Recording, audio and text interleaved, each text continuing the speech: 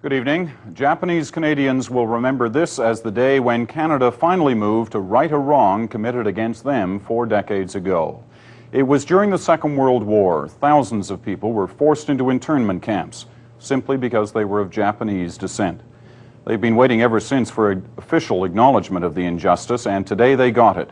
An apology from the Prime Minister and compensation for their losses. Former internees call it a settlement that heals. Wendy Mesley begins our coverage in Ottawa. I speak for members on all sides of the House today in offering to Japanese Canadians the formal and sincere apology. It was the apology Japanese Canadians had waited more than 40 years to hear. In the gallery, they stood and cheered.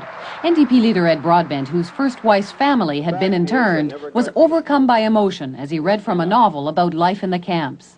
I cannot bear the memory. There are some nightmares from which there is no waking. This was the nightmare. In 1942, several months after the Japanese attacked Pearl Harbor, 22,000 Japanese Canadians were sent to camps in northern British Columbia. Their homes and their livelihoods were taken away. Their families were torn apart. Not one was ever charged with an act of disloyalty. Brian Mulroney promised justice in the 1984 election campaign, but for 4 years all his government offered was an apology and a fund for the Japanese community, no money for individuals. Then last month, the White House offered Japanese Americans interned there compensation. Today, the Canadian government did the same. Offer symbolic redress payment of $21,000. All the survivors of the camps, about 13,000, will be eligible for $21,000 each. Those convicted for refusing to go to the camps will have their names cleared. $12 million will go to a Japanese community fund. Another $24 million will go to create a Canadian Race Relations Foundation to make sure this kind of discrimination never happens again.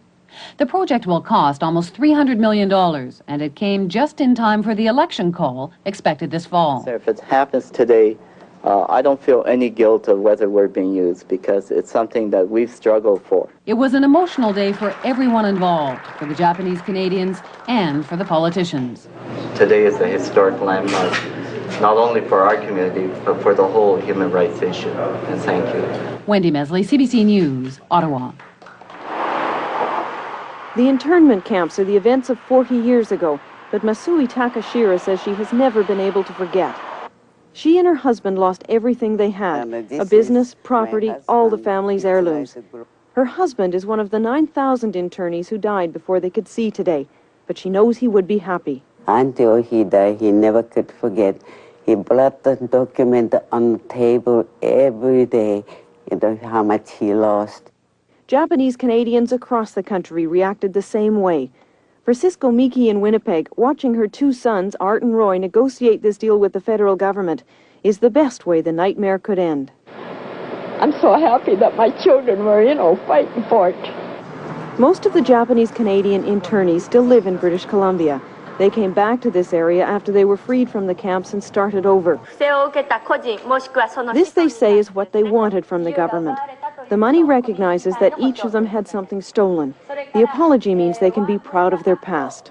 We were so tenuous about speaking to the media or speaking to anybody about ourselves as Japanese, of Japanese ancestry. We were ashamed of it. We tried to hide from it. And now I think we're proud of it. Charles Kadota is one of the early fighters for redress. He always knew he wasn't the enemy. We're living in a democracy. The redress issue was not an issue of money. It was an issue of justice, of human rights, of citizenship. No one here pretends that $21,000 each will make up for the millions that were lost, or that an apology will make up for up to 7 hard years in the Kootenays.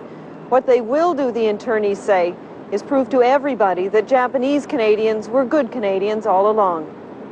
Karen Webb, CBC News, Vancouver.